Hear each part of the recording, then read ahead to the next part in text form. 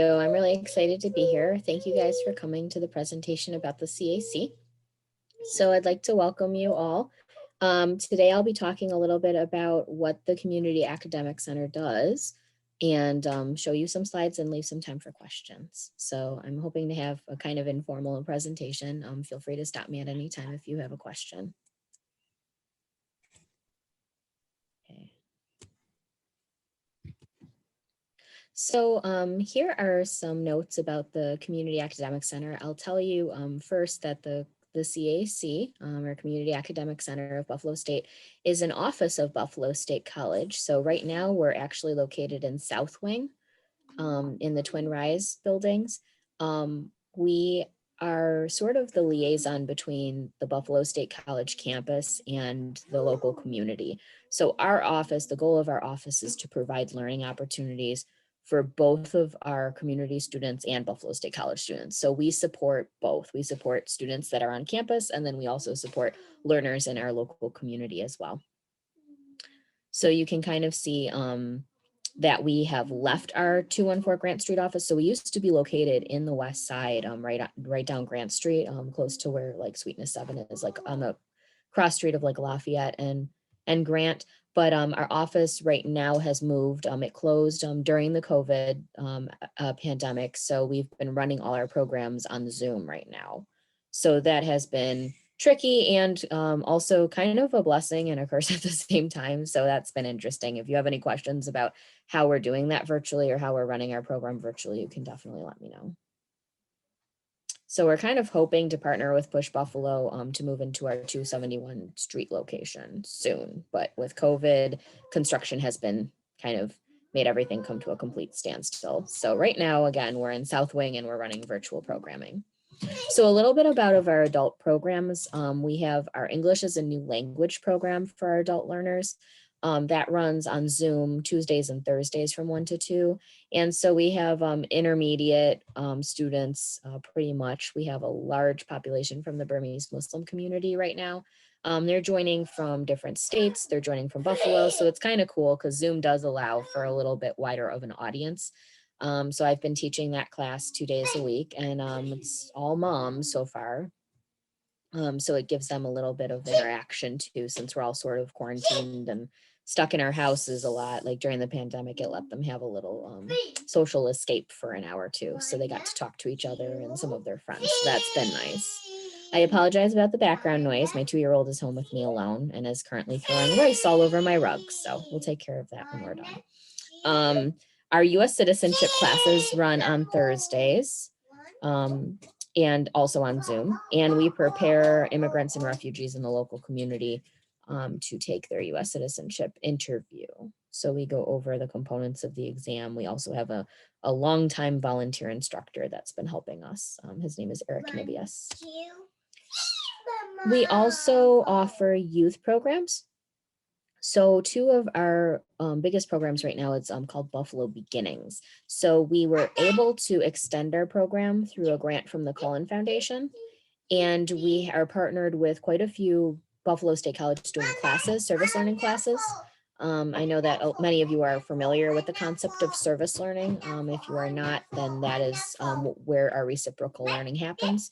So our Buffalo State College students will plug into our programs and offer direct service to our students. So they will learn things connected to their course learning objectives. And then our students will also benefit from having Buffalo State College student instruction. So our STEM program runs after school. And that's from 3 to 5 o'clock every day on Zoom. We have a small cohort of students that range from grades 5 through 7 right now. I'm sorry, 4 through 7.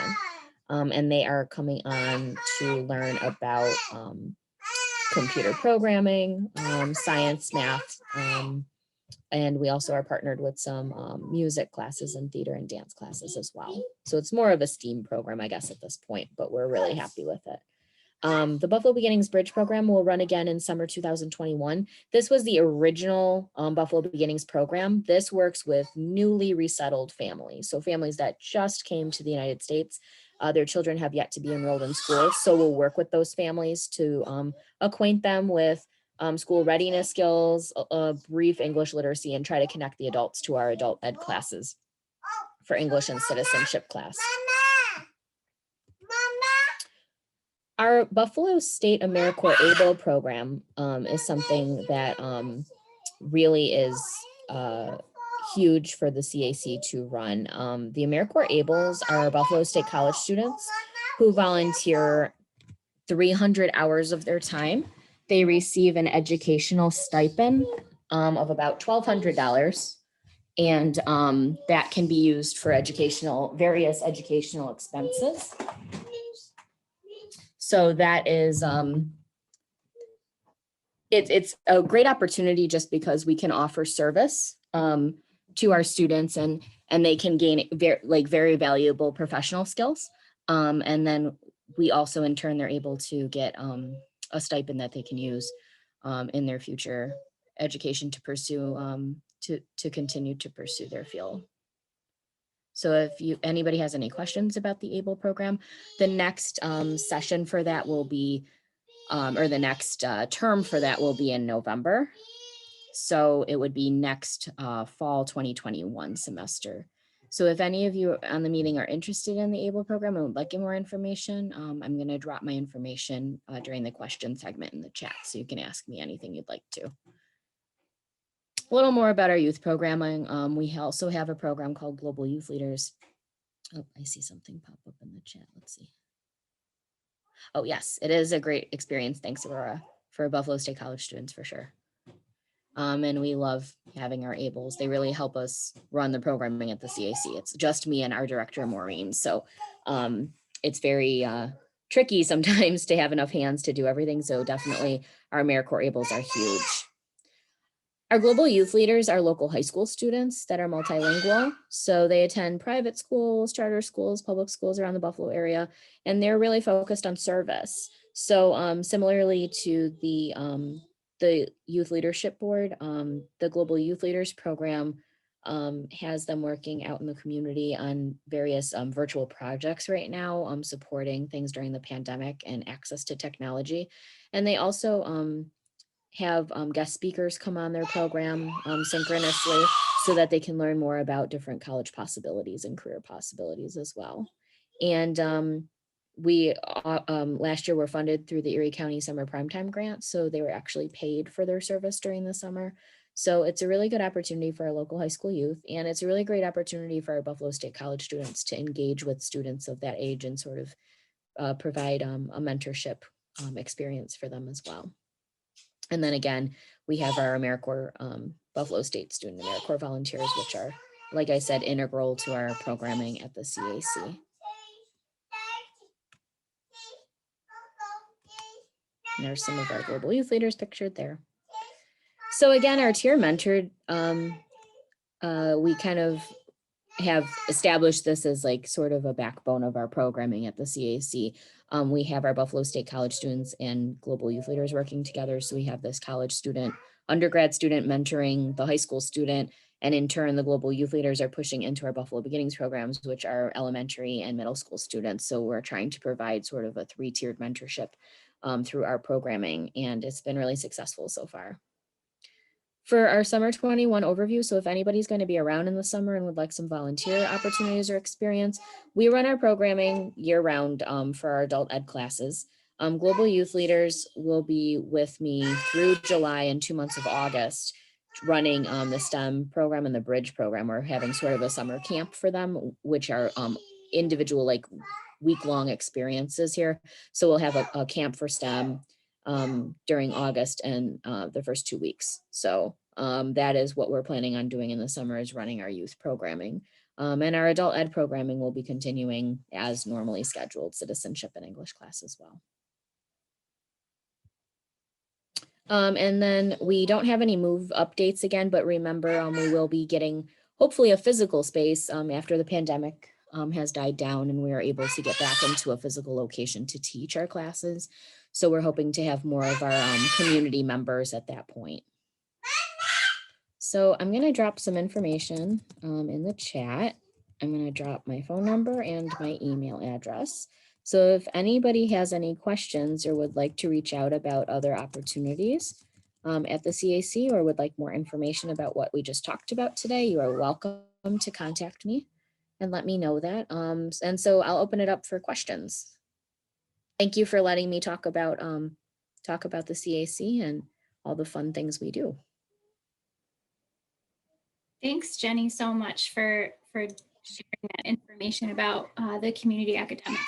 We did have one question come through the chat, and it was about what's been the biggest barrier or challenge that the students who are either in the STEM program or even the adult programs that you've been seeing either recently because of COVID or even prior to COVID happening?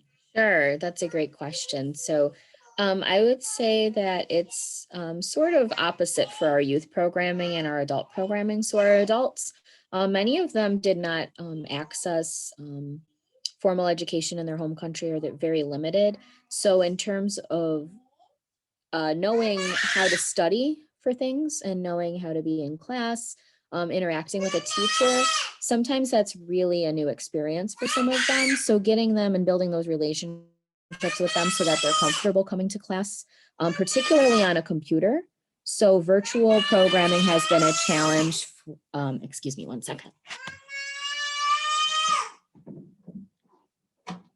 So virtual programming has been very challenging for us during the pandemic because our adult students do not know how to work a computer sometimes, or a tablet, or other devices, and connecting to Zoom has been a huge issue for them. So I would say the adults definitely had a harder time during the pandemic and being not in person than I would say our youth programming, because the students that are in our STEM program and our global youth leaders regularly are on Zoom for school or for other things. It is, I would say, a little easier for them to connect to the virtual platform. But with everything going on during the pandemic, with their parents needing help and assistance with things, most of our families are former refugees.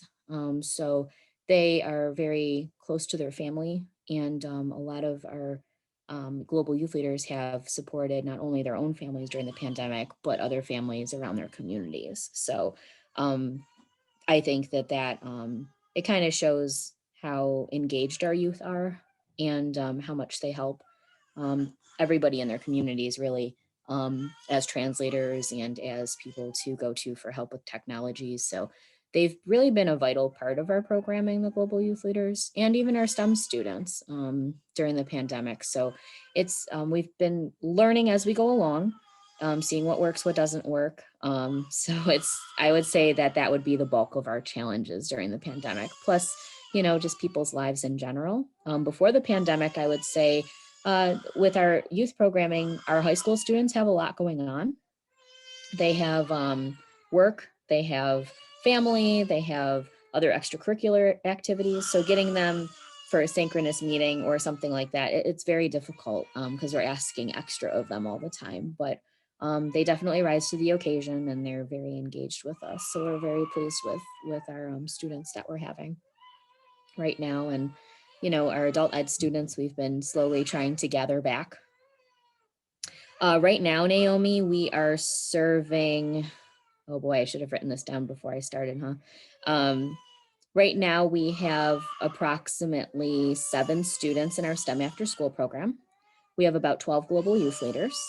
Our bridge families that we served were about 12 between summer and fall. Resettlement has been low because of the Trump administration. So it's been a little difficult to have more families in the bridge program just because nobody's coming. And I would say in our adult ed program, we have about 30 students total. So altogether, I would say less than 100, but definitely over 50 families engaged in our CAC programming. So does anybody else have a question about the programming? Or... Yeah, it's really nice. I love working with the students that I work with every day. So it's for me, it's a really exciting part of my job. And I just like to, we like to develop ways to support them as much as we can, because we know this is a really difficult time for everybody. So. Sure. So So volunteers for in the summertime, we are having our global youth leaders connect to basically plan and execute our 2 summer week-long programs for our students in STEM and then in Bridge. So developing activities, games, things like that to be sort of like if you think of it as like a summer camp counselor type of thing. So our global youth leaders will be serving in that role under, under direction of like, organizing and planning and kind of learning how to develop things like that over the summer for the 6 weeks. So they'll be with me through July after the 4th of July holiday, and then we'll do the 2 summer programs, week-long summer programs in August. So volunteers that would support that from Buffalo State College, I would imagine that you would be helping the students organize their ideas, working with them to develop, activities and games and things to do with our younger students when they come to our summer programming. So that's a great question. So Jenny, you're saying that the volunteers, they'd be helping the global youth leaders plan for it. Yeah, so it would be helping our high school youth. Kind of like tiered. Part of the tiered mentorship that I showed you. So as a Buffalo State College student, you'd be working with the next tier down and ultimately with our younger students as well too. So supporting that. So I hope that answered questions. But yeah, we love, I'm not sure if anybody on the call or on the Zoom right now, I assume speaks different languages. We do have Korean students. I see there is somebody on who probably might speak Korean.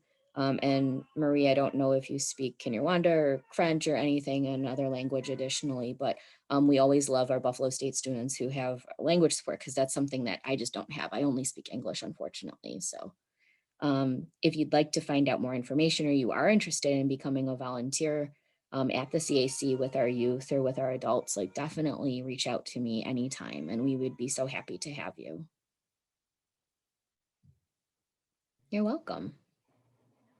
And I've posted the CAC's website there. It has Jenny's contact information as well as it talks a little bit more about the programs, and just if you kind of forget the different programs that Jenny touched on today, it highlights the citizenship program and global youth leaders and all of that, just to give you a summary of what those programs are again, if you are interested in volunteering with the CAC on these types of issues and these types of opportunities. Other opportunities would be if you'd like to be we have on our STEM program on global youth leaders, we often have Buffalo State College students on to talk about their major, to talk about their own transition from schools, high school to college and what that was like.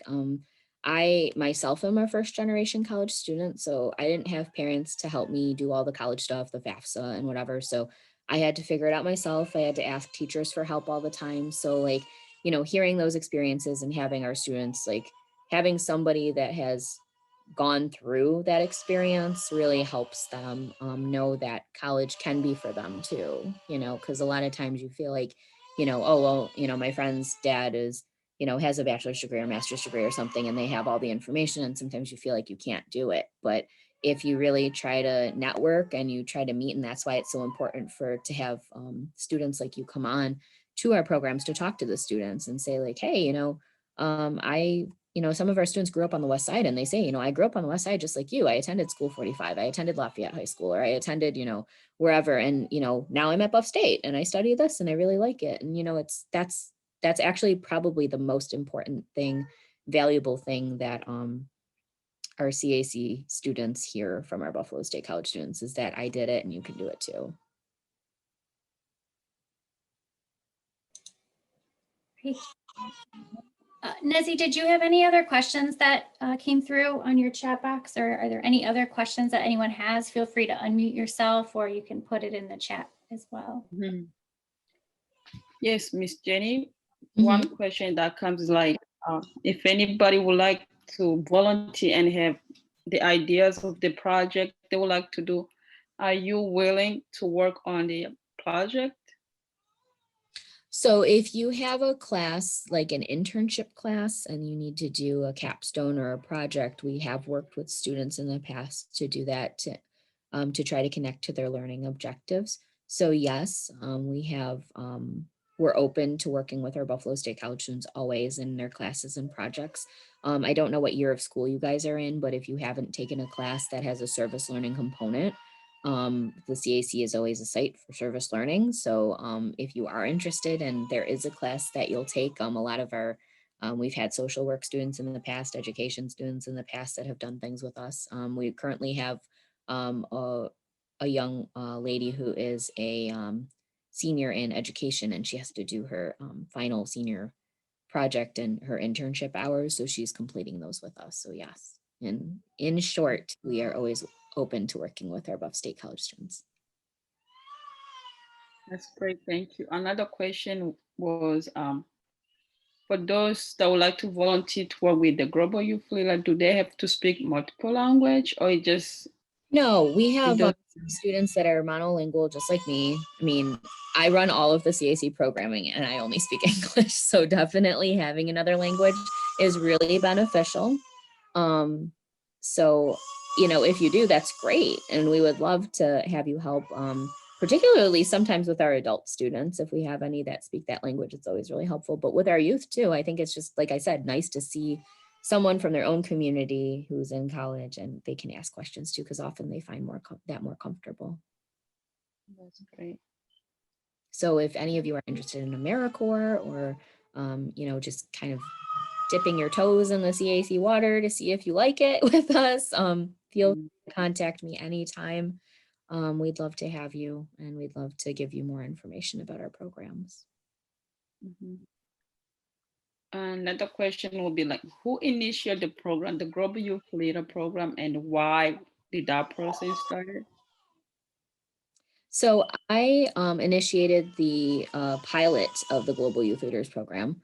I started in 2019, and sorry, I'm getting my years mixed up. And so we started with 6 children that I recruited from the community that I knew. And they in turn then recruited some of their friends. And so the program has kind of snowballed that way, is that, you know, they would say, oh, I'm in this program, like, you want to come to program with me? Because I would always tell them, and I tell my adult ed students too, bring your friends. So that's been a really successful strategy to gain more participants in our programs, is just having them tell their friends or their family friends about it. Often in our local communities, that's kind of how things travel, is by word of mouth. So oftentimes, like, you know, posting flyers or sending emails or things like that are less effective than actually just asking the program participants themselves to say, hey, you know, do you have a friend? So if any of you do have, you know, relatives, family members, you know, friends in the neighborhood or anything that you think could benefit from one of our programs. We have youth programs all the way to adult programs. So anybody that needs English class, citizenship class, like any of that, if you need more information like that, also let me know, because I would also be the one to connect them to programs, particularly high school students, if you know any that would be interested. So I would say the biggest thing the youth leaders have accomplished so far is basically getting together to form a group. It is a relatively new group and we are still working out all the kinks and stuff like that. So I would say the biggest accomplishment, I think, is them being able to get more members in and kind of come together and sort of have this kind of group identity and what their focus is. I think that was really the biggest thing so far they've accomplished. They've done quite a few service opportunities. They basically did the virtual component of the Taste of Diversity last year. So they came on and they read books to the youth on Facebook Live. One student did an origami activity. So like they've done really cool stuff and they will continue to do really awesome things. But I would say like getting students to come together from different communities and different backgrounds and form like a cohesive unit, I think that that's been their biggest accomplishment for sure, especially in the middle of a pandemic virtually. So yeah. Thanks for all the really good questions. Thank you so much, Jenny. Really appreciate you coming on today and talking about the CAC and all of the different ways that we can all connect with your programs and multilingual youth and families here on Buffalo's West Side. It's really awesome to hear more about the work that you all are doing at the Community Academic Center and how we might fit into that. So Thank you. Yeah, You know, thank you for got a having couple- me. No, Nessie's going to wrap everything up, but thank you, everyone.